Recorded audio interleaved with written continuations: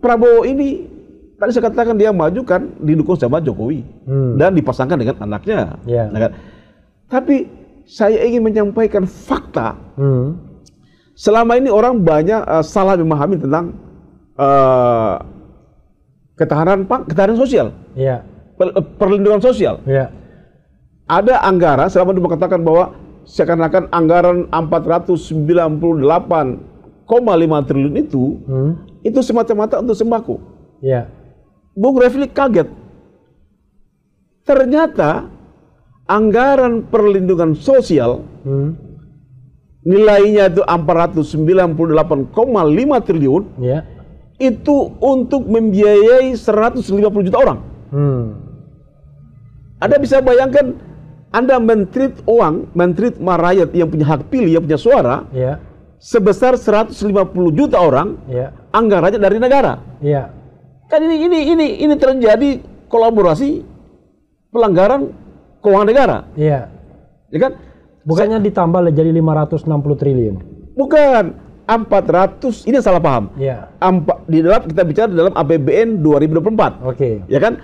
APBN itu kan DIPA-nya baru keluar, DIPA itu kan harus ke menteri terkait kan. Kalau misalnya bicara bansos harus menteri sosial. Itu kan DIPA-nya mulai dikasihkan Januari. Ya kan? Januari berarti kan pengadaannya tendernya itu Februari. Itu daftar isian proyek. Iya kan? Berarti kan DIPA-nya itu kan mulai dirilis, mulai diberikan pemerintah itu Januari. Mulai Februari itu mulai tenderkan. Iya kan, dikerjakan kan? Nah, yang menjadi pertanyaan, ini orang nggak tahu. Dana perlindungan sosial 498,5 triliun ini ternyata digunakan untuk membiayai 150 juta orang. Ya kan? Apa saja itu?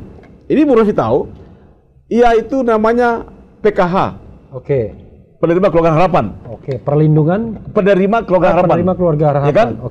Ini nilainya 10 juta orang. Ya. Yang kedua adalah sembako.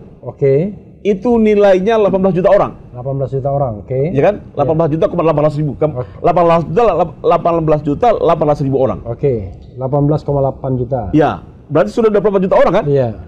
Ditambah lagi dengan PIP, Program Indonesia Pintar. Ini 20 juta orang. 20 juta orang. Ya kan? Tambah lagi dengan ini pelajar ya, anak ABG yang milenial Z, kenal Z. Tambah lagi PIP, KIP. Kredit Kartu Indonesia Pintar. Itu 1,1 juta orang. 1,1 juta orang. Yang paling besar adalah sudah 45 itu. Bukan, itu aja berapa sekarang itu? Sudah 45 juta tadi, kurang lebih. Iya, ditambah lagi dengan namanya pembiayaan iuran kesehatan nasional, JKN. Jaminan Kesehatan Nasional 98 juta orang. Ya kan? Ditambah lagi dengan BLT 2,9 juta orang. Totalnya saya nilai itu 150 juta. Ya kan? Dan itu diklaim sebagai program paslon. Dan anehnya program ini diluncurkan tanpa ada sasaran. Padahal di dalam undang APBN itu sasaran dikritik pemerintah sendiri mengkritik bahwa program ini sesungguhnya tidak efektif. Program ini sesungguhnya adalah tidak tepat waktu. Kalau tanggalnya nggak tepat, penyaluran nggak tepat. 130 juta orang, Bung Refli. Kalau ini diberikan semua dan untuk memilih salah satu paslon, taruhlah 150 juta orang ini yang efektif untuk memilih salah satu paslon, 75%, iya 50%. Udah menang pasti. Udah menang. Jadi sesungguhnya pemilu telah dimenangkan oleh dana APBN 498 triliun itu, ya kan, dana perlindungan sosial itu. Jadi artinya sudah menang lah itu sebelum pencoblosan. Nah, jadi ini hal-hal yang harus dihentikan. Karena ternyata dana bansos ini, dana perlindungan sosial ini dimulai awal Covid 2020.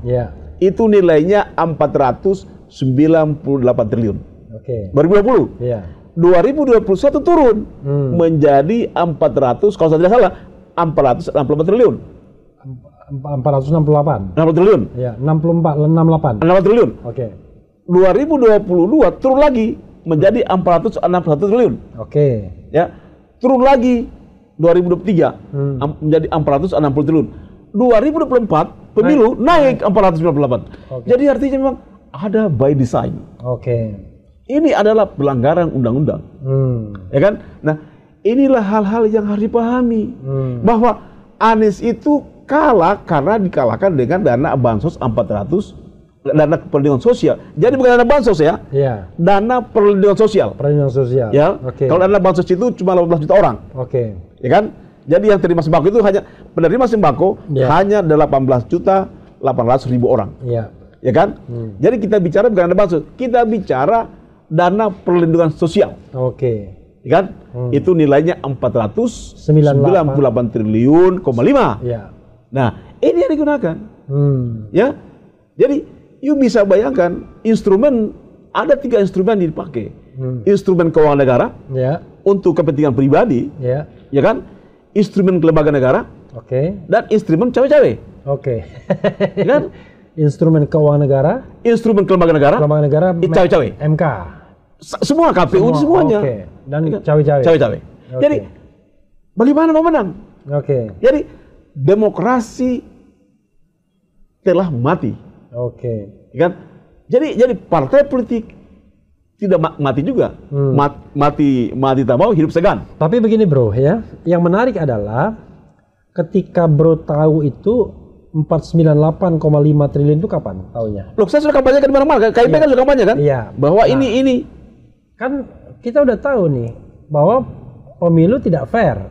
Pasti kalah. Tapi kok bro masih semangat aja? Saya sudah sampaikan ke tim. Saya bilang, ini kita akan mungkin, masih kan rapat terakhir di Sultan. Saya tinggal besok pemilihnya. Saya bilang, kita ini sama saja melegitimasi pemilu kan, Pilpres kan? Tapi coba, jadi kita pertanyaan mereka, jadi kita tidak pemilu. Jawabannya bukan itu, ya kan? Tapi jawabannya adalah harus menyurati KPU dan Bawaslu bahwa ini. Jadi memang kita terlena dengan masanya Anies begitu banyak. Tapi struktur dan infrastruktur hukum kita tidak pakai, kita tidak perhatikan itu.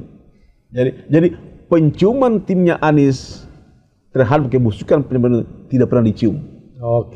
Penciumannya kurang. Terlalu baik. Maksud saya, kalau kita bicara kecurangan kan tetap harus dikapitalisasi kecurangan yang terjadi sebelum pencoblosan.